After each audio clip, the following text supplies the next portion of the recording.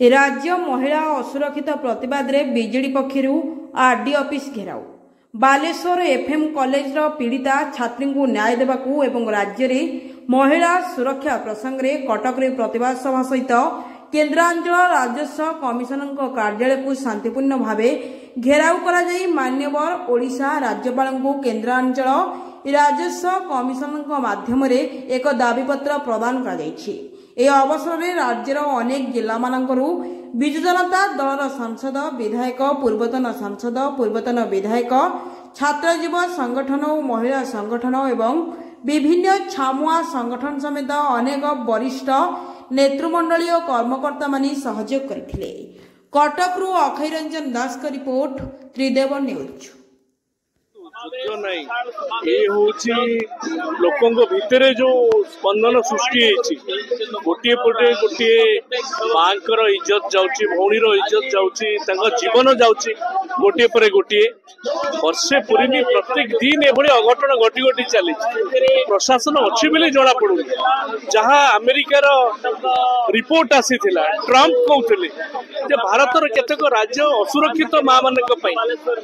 भितर ओडिशा थिला से समय गणमाध्यम लोक मैंने ओडिशावासी देखिक बड़ व्यस्त हो पड़ुले आज सत्य परिणत होया घटना प्रत्येक दिन घटू प्रशासन थिबा भली लगुनि पुलिस माने गुंडा साजी तेणु यार प्रतिवाद एफएम कॉलेज घटना आज बलंगा घटना एवं गोटे पर गोटे घटना घटी घटी चली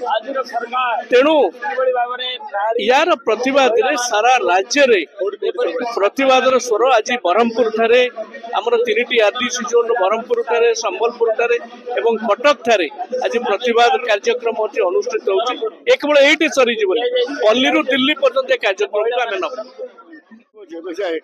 न जुडिशियल इनक्वारी यही प्रकार नारी जातना बढ़ी चलती निर्यातना खाली गोटे निमापड़ा है एबे अतीतर आम देखुचु आईन श्रृंखलाटा एत तलू को खसी जाइए गोटाए समय जो कांग्रेस सरकार था यही गुंडा राज चलता तेणु अबिका गोटे प्रकार गुंडा राज चलती बीजेपी शासन अराज्य शासन होती नारी निर्यातित होती नारी को सुरक्षित ना जो 24 वर्ष नवीन बाबू नारी को सशक्त कर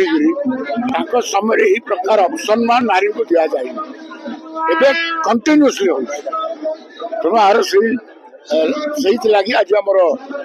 विशाल